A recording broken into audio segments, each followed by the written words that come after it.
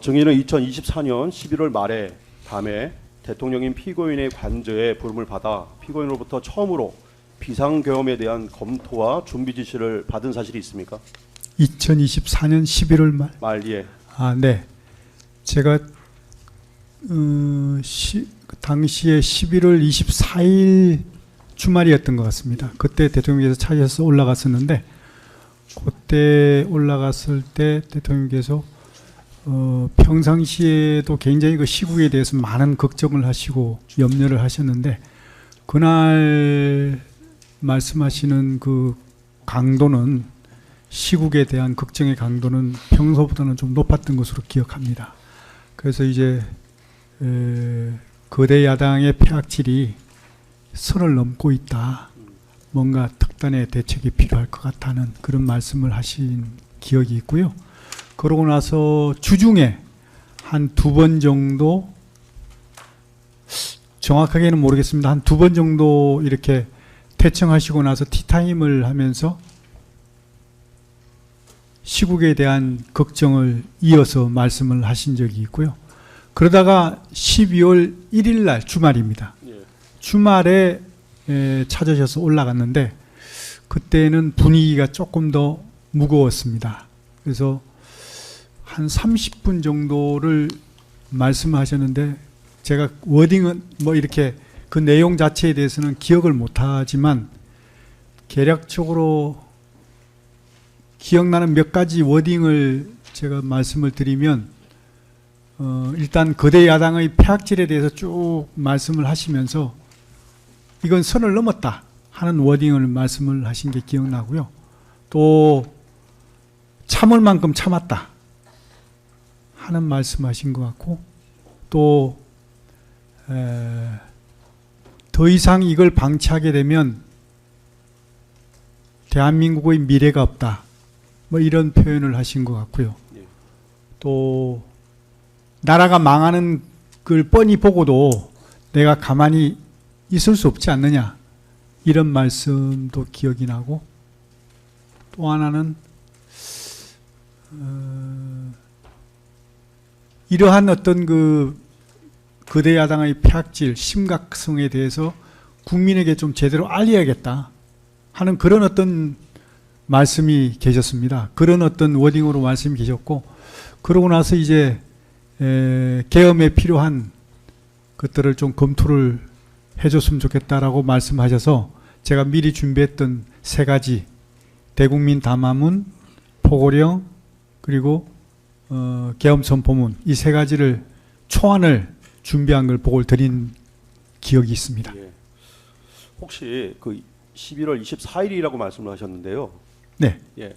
혹시 그 날짜를 이렇게 특정해서 기억하시는 이유가 있습니까? 주말에 왜냐하면은 네. 그 대통령께서는 그보다 조금 더 늦은 시기에 말씀을 하신 걸로 이렇게 기억을 하고 계시는데, 그러니까 예. 어디다가 기준을 두느냐에 따라서 좀 차이는 있을 수 있습니다. 예. 제가 기억하기는 24일이 예. 조금 특이하게 느껴졌고요. 예. 그거 끝나고 나서 주중에도 한 2번 정도 티타임 하시면서 똑같은 말씀을 하셨거든요. 그런 유사한 시국에 대한 걱정을 해오셨고, 비상계엄에 대한 것을 결정적으로 말씀하신 것은 제 기억에는 12월 1일 날 예. 말씀하신 것으로 기억을 합니다. 알겠습니다. 아까 그 폐악질과 관련돼서 말씀을 하셨다고 하는데요. 국회의 폐악질. 당시 그 대통령은 민주당에서 추진하는 감사원장과 중앙지검 검사들에 대한 탄핵안을 언급하면서 해도 너무한다. 줄 탄핵과 입법 예산 봉쇄로 국정 마비를 시켜 헌정이 붕괴되고 나라가 위기에 빠졌으니 지금까지 인내할 만큼 인내했다. 이제 그냥 있을 수 없다. 이런 얘기를 했다는 겁니까? 하나하나 워딩은 제가 기억하지 못하지만 대충 그런 어떤 이 취지의 말씀이 계셨던 것으로 기억합니다. 예. 또 이어서 대통령은 저들은 헌법상 권한을 남용하여 나라를 위기에 몰아넣었지만 나는 헌법의 틀 안에서 국가 비상사태 선언인 비상계엄을 선포하여 직접 주권자인 국민을 상대로 상황의 심각성을 알리고 위기 극복을 동참을 호소해야겠다. 이런 얘기도 예, 그런 말씀도 계셨습니다. 네. 증인은 과거 합참 근무를 통해 통상의 계엄이 수만 명의 병력을 투입하여 강력한 군사 행정 조치를 하는 것으로 알고 있었기에 대통령인 피고인에게 군은 얼마나 투입하고 어떤 조치를 생각하시는지 물어봤죠. 제가 예. 대통령께 제가 대통령께 여쭤보기 전에 예. 먼저 대통령께서 저한테 질문하신 것으로 전 기억합니다. 뭐라고 말씀하셨냐면 비상계엄이 되면 그게 11월 1일로 기억합니다. 날짜는 12월 2일. 12월 1일. 예.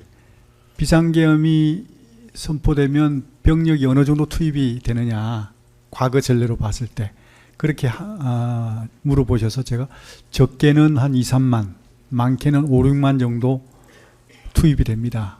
소요가 됩니다. 라고 말씀을 드렸더니 말씀은 안 하시더라고요. 그래서 제가 좀 기다리다가 아무 말씀이 없으시고 생각에 잠겨 계시는 것 같아서 혹시 뭐 다른 생각이 있으십니까? 라고 제가 질문을 했던 기억이 있습니다. 예. 그랬더니 대통령께서 그렇게 많은 병력을 투입해서 지금까지 해왔던 그런 계엄 말고 나는 다르게 하고 싶다. 그런 어떤 취지로 말씀을 하셨습니다. 그러시면서 소수 정예화된 간부 위주의 병력만 좀 투입을 해서 질서 유지 차원으로 좀 하고 핵심은 이런 어떤 그 나라가 위기에 빠진 상황을 국민에게 알리는 게 중요하니까 거기에 초점을 맞춰서 좀 하고 싶다. 그렇게 말씀하셔서 제가 그러면 재경 지역의 병력을 보면 한 3,000에서 5,000명 정도 그 정도 규모는 가능하다 하고 말씀드렸더니 그것도 많다고 그러시더라고요. 그러시면서 정확히 기억은 안 나는데 하여튼 수백 명을 말씀하셔가지고 제가 그때 느낌이 아니 이게 그러면 무슨 계엄입니까? 라고 얘기를 했던 것 같습니다. 예. 그때. 그래서 이제 그런 상황에 있었던 것을 기억합니다. 그 병력과 관련돼서 좀 자세히 제가 여쭤보겠습니다. 예. 병력 규모와 관련돼서. 예. 피고 당시 대통령은 증인에게 계엄을 선포하는 데 필요한 사항을 검토해서 신속하게 보고해달라고 하였고 증인은 합참 근무 경력을 가지고 있기 때문에 증인이 혼자 직접 검토 준비해서 어느 누구에게도 알리지 않고 철저하게 보안을 유지해달라고 이렇게 당부를 했었죠. 네, 보안에 대해서 각별히 당부를 하신 것은 명확히 기억이 납니다. 그리고 대통령은 생방송으로 대국민 담화를 통해서 계엄 선포를 할 것이라고 이렇게 말씀도 하셨죠. 직접 하시겠다고 그랬습니다. 예.